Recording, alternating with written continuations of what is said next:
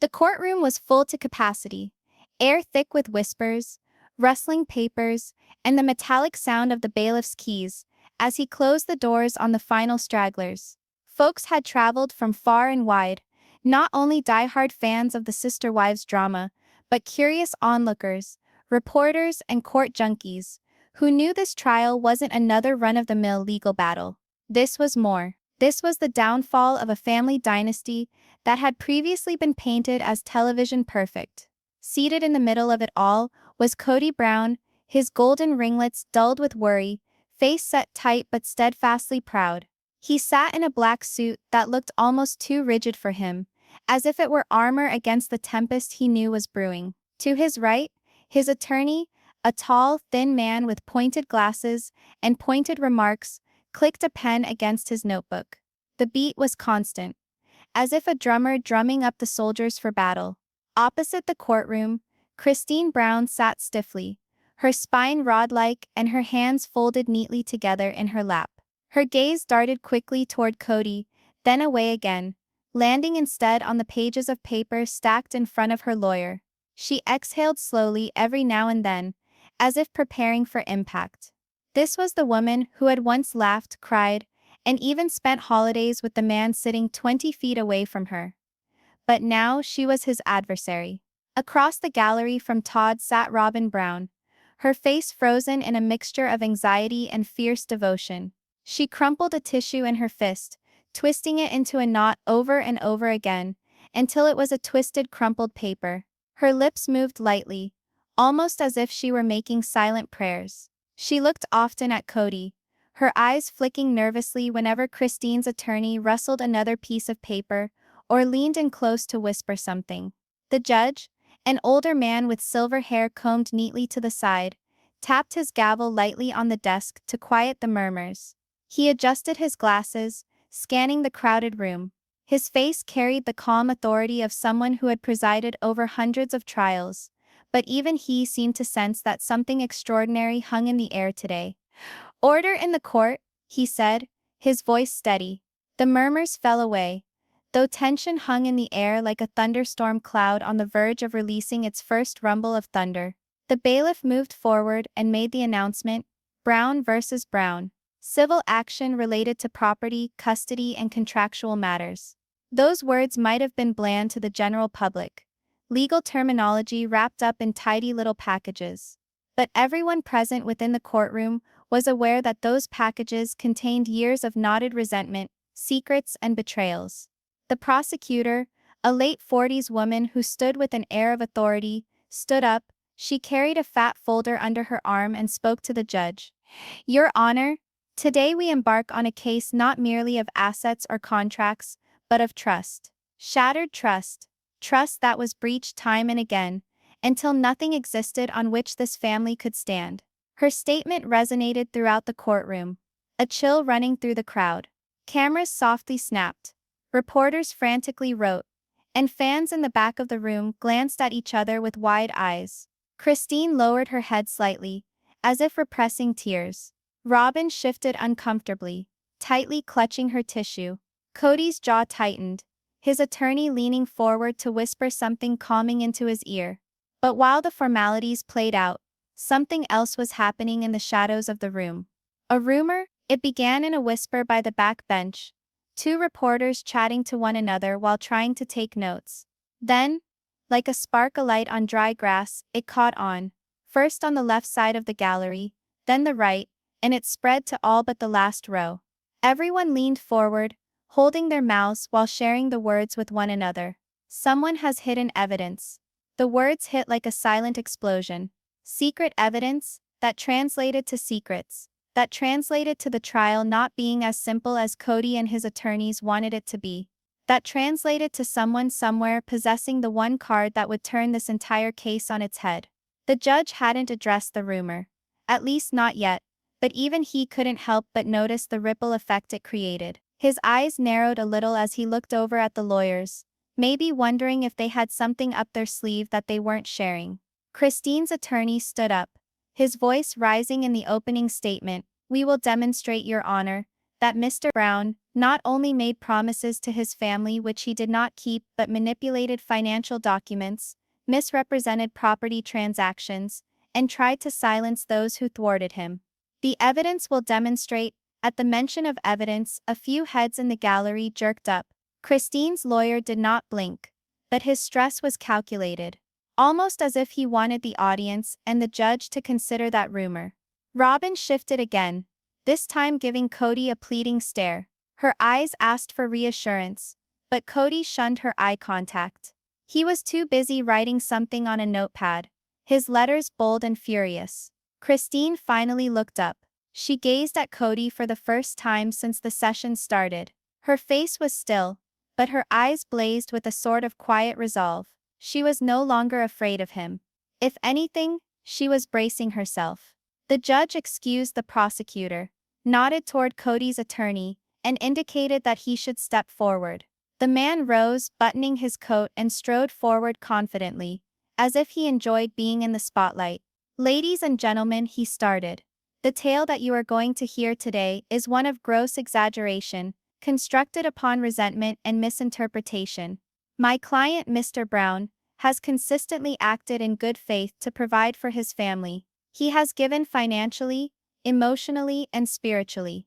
He has done his best to fulfill his fatherly and husbandly duties. Any implication otherwise is not only untrue but profoundly unjust." His words did have weight, but not quite enough to put an end to the whisperings of covert evidence.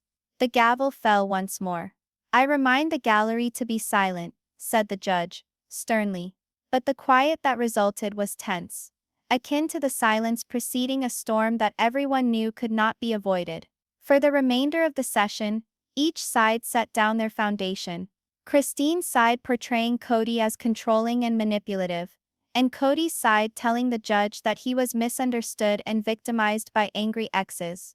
But as the day drew to a close and the judge adjourned, the whispers were back, this time more pronounced. "Who has the evidence? Is it Christine? Perhaps one of the children? What if it's Robin?" Speculation ran rampant like wildfire, scorching its way across every corner of the courtroom. The cameras caught Christine exiting alongside her attorney, chin held high. Robin hesitated by the door, visibly shaken, wiping at her eyes with what was left of her torn tissue. Kody strode out hastily, his lawyer by his side, and refused to respond to the flurry of questions from the reporters. Outside the courtroom, the media frenzy burst open. Reporters yelled at one another, microphones shoving forward as if they could physically pull the truth out of any person willing to stop. Fans congregated on the sidewalk with homemade signs, some for Christine, others still holding on for Kody. And yet, no one had the solution. No one was certain who possessed the elusive evidence, or when it would appear. But one thing was sure, the trial had just started, and already the cracks were spreading. The judge had seemed so serene that morning, but towards the end of the day, even he couldn't suppress the flicker of fear in his eyes, because in any trial, the truth somehow always manages to find its way out. And this time the truth was on the verge of breaking everything. The second day of the trial commenced with a tension so palpable it felt almost choking. Journalists had been stationed outside the courthouse from dawn, hoping for any small morsel of inside information. In the night, the rumor of hidden evidence had spread like wildfire through social media. Hashtags trended globally. #Brown trial, #hidden evidence, #justice for the wives. Christine's followers lined the sidewalk, waving signs that said "Truth will come out" and "Christine deserves justice." Opposite them stood Kody's remaining followers, fewer but vocal, chanting back, waving posters with slogans such as "Team Kody Forever" and "Stop the Lies."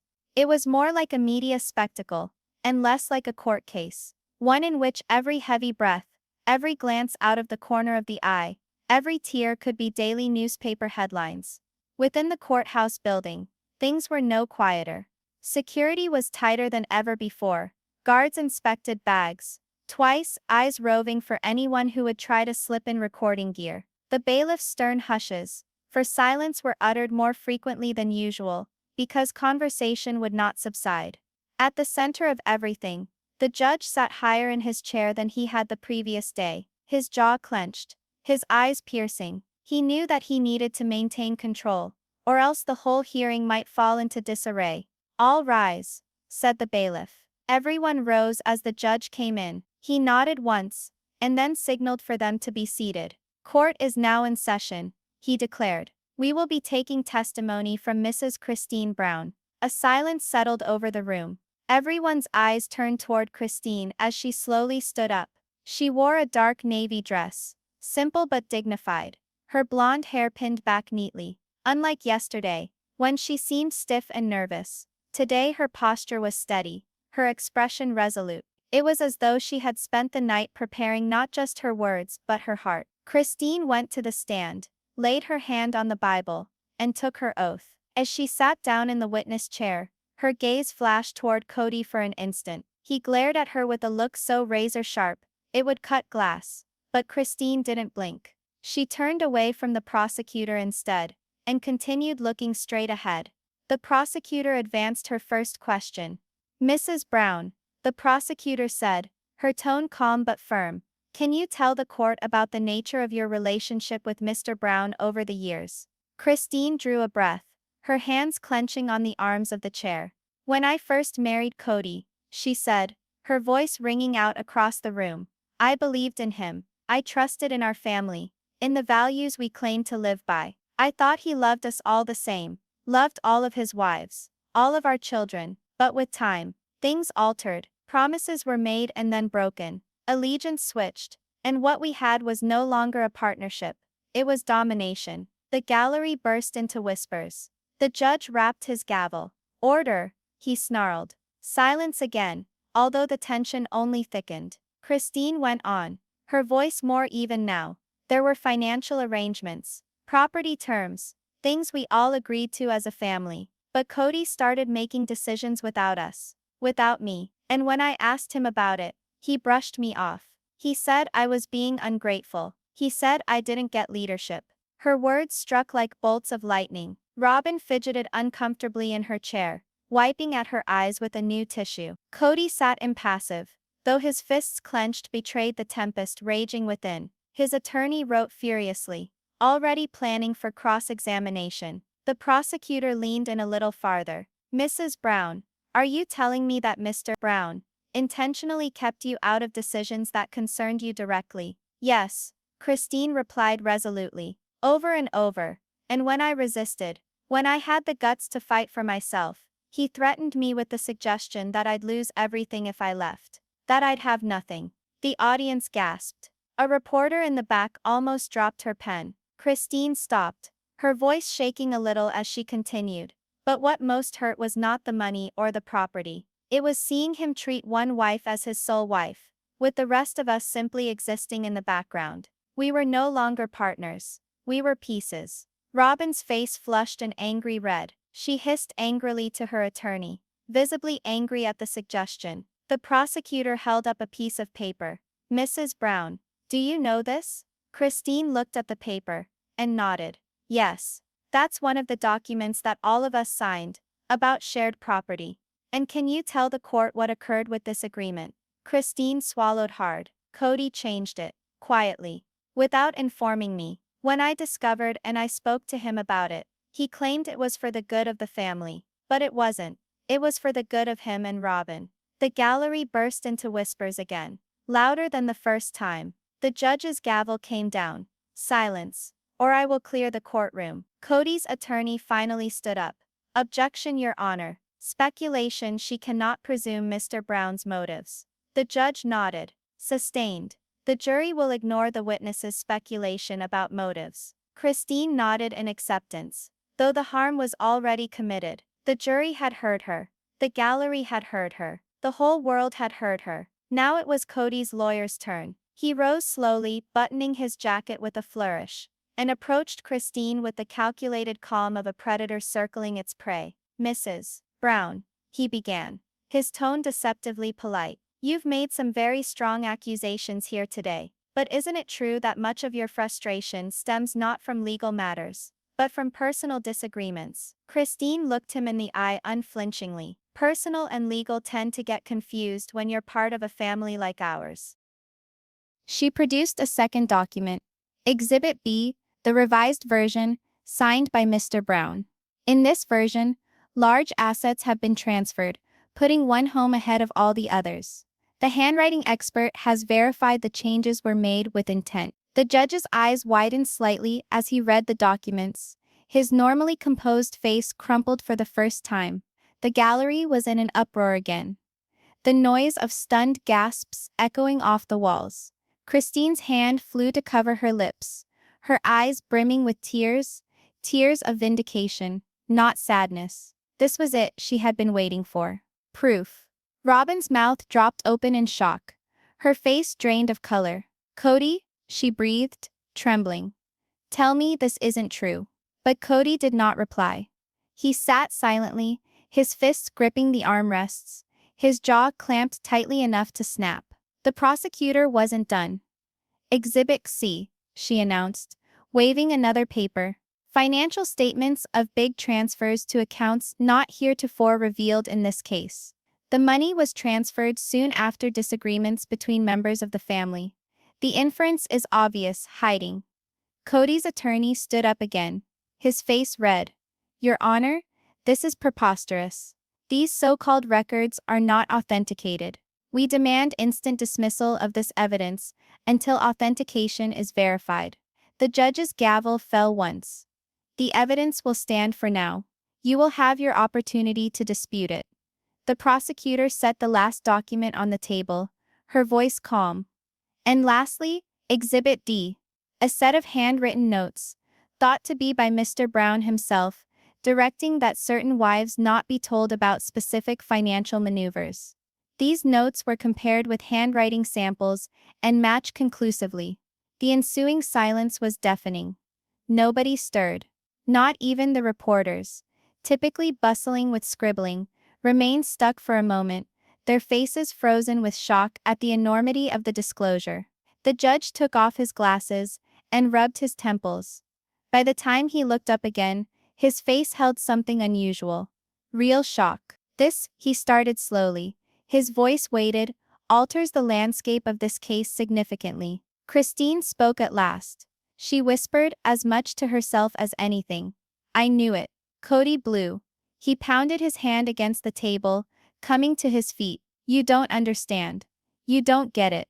I did what I had to do to protect my family. The gallery erupted once again. People yelling. Reporters gasping, onlookers standing on their feet. The judge bashed his gavel back and forth. Order, order in the court. But even as the commotion dissipated, the picture lingered, Kody Brown, face red with rage, standing in the middle of the courtroom, like a man whose carefully constructed empire had just started to fall apart. His attorney pulled him back down into his chair, begging silently into his ear. But the damage was already done. Everyone had witnessed it. Everyone had heard it. The prosecutor took a step back, empty folder in her hand. Your Honor, the prosecution rests its case on today's evidence presentation. The documents are self-explanatory. The judge nodded grimly. Court will adjourn for the day.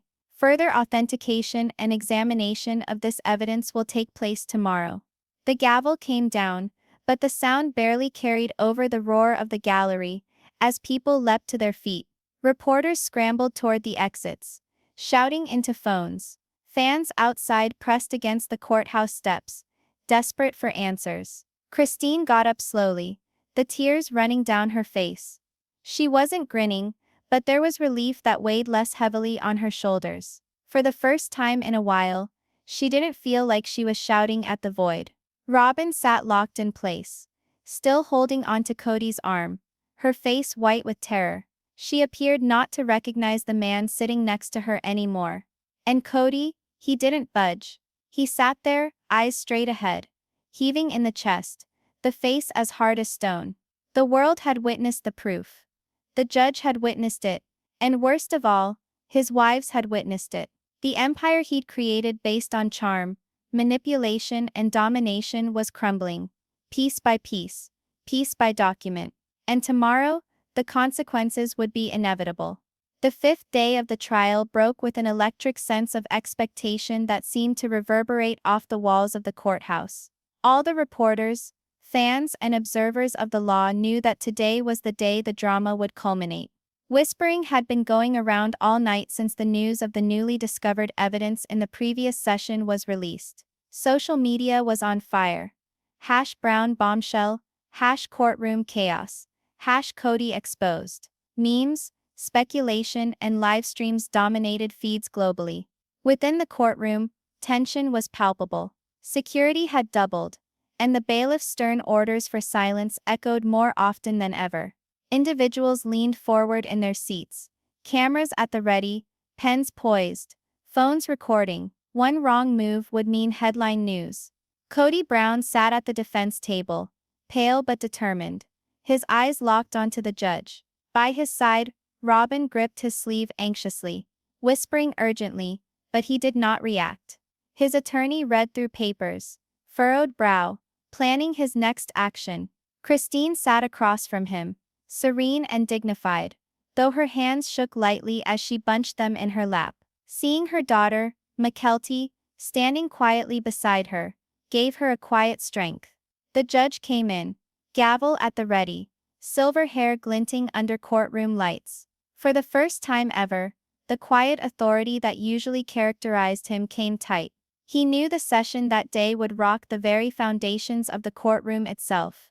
"Hall rise," said the bailiff. The crowd rose, although low buzz of expectation was impossible to suppress. "Court is now in session," the judge declared. His gaze roamed about the room, before landing on Kody. "We will be moving on with the review of evidence submitted, and if it occurs, the testimonies thereafter." The prosecutor rose, grasping a fat folder that had already generated headlines. She moved purposefully to the middle, her presence commanding respect. "Your Honor, in light of what transpired yesterday, we have testimony and records which cry out for immediate consideration. The records themselves show changed property agreements, money manipulations, and willful concealment. But we also have testimony from another party who will come forward." The gallery gasped. The judge's brow arched. "Another witness, yes, Your Honor," the prosecutor replied, her voice level but charged. "Someone with direct experience of the cover-up, and what was said to conceal evidence from the other wives." Kody's attorney jumped up. "Objection. This is completely out of left field," and overruled, the judge barked, bringing his gavel down hard. "Proceed." The courtroom doors swung open, and into the room came a man in his early 30s, a friend of the family, a confidant who had stood outside the Browns' inner business for years. He walked slowly to the stand, his eyes moving rapidly to Kody, who stiffened at once. The man swore in, and proceeded. "I have known the family for more than a decade. I saw Mr. Brown's orders about property and money. I saw the papers. I heard the orders to hide them. This was intentional. This was planned to benefit one spouse more than the others, and to keep the others in the dark." Kody's face went black. His fingers clenched around the table until the knuckles were white. Robin leaned forward, speaking in a hushed tone. But he didn't speak, a rock of anger and shock. The prosecutor held up copies of the documents, now authenticated and verified. "Exhibit E," she said, "are the records that confirm the witness's testimony. They are similar to the documents submitted yesterday, the changes and the concealed instructions." The judge scanned the documents, his eyebrows twitching slightly. He pushed back his glasses, but remained silent. Even he looked momentarily shaken. The gallery burst into whispers, gasps, and a few audible sobs. Christine's eyes were filmed with tears, but she kept herself standing, as if drawing determination from each gasp in the room. Mykelti held her mother's hand, a still gesture of solidarity and determination. Kody finally broke his silence, his voice trembling with anger. "This is lies. All of it. Made up. You, Mr. Brown," the judge snapped, his tone crisp and commanding. Silence. Kody's shoulders dropped slightly, yet his eyes seethed with anger. Robin squeezed his hand, shivering, her voice mere whisper. "Kody, please." The prosecutor leaned forward once more. "Your Honor, with the use of authenticated documents and eyewitness testimony, It is apparent that Mr. Brown knowingly deceived his family and attempted to manipulate financial and property provisions without disclosure. We feel that this evidence merits a verdict for these actions.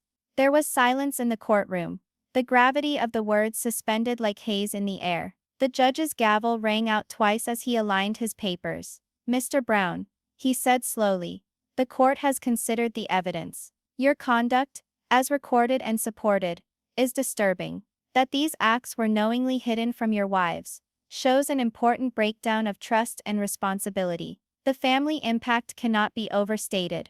Kody's face contorted in disbelief. I didn't." The judge held up his hand. "Enough. I will hear no excuses. The facts are before the court. The testimony is obvious. The papers are conclusive. This court is aware of the seriousness of the situation." The courtroom murmured. Reporters wrote madly, cameras focusing on every expression. Robin's face was white, her hands trembling in her lap. Christine's lips were pressed into a thin line, tears silently streaming down her face. "And now," the judge went on, his voice weighed down with the seriousness of conclusion, "I will make a preliminary finding, based on the evidence received so far. Even though the court will meet again for further consideration, it is evident that there has been deliberate concealment and manipulation. The implications for Mr. Brown, both legally and socially in the family, are serious." There was a stunned silence that followed. The gallery, too, was wordless despite its familiarity with courtroom drama. Kody's attorney tried to interrupt. "Your Honor, sit down," the judge ordered, gavel thudding onto the bench. "We are not done." The prosecutor proceeded to the middle, confronting the gallery face to face. "Ladies and gentlemen, the facts have come out. The documents, the witness and the testimony all lead to intentional acts that injured the family. Justice is not merely a question of legal documents. It is one of integrity, trust and fairness." The courtroom outburst again, some rising, some yelling, others just sobbing. Christine stood at last, hands slightly raised as she attempted to hold it together. "This isn't just about me," she whispered, voice ringing above the din. "It's about truth. About our children. About justice." Robin gripped Kody's arm, her face white as she breathed. "Kody, what do we do?"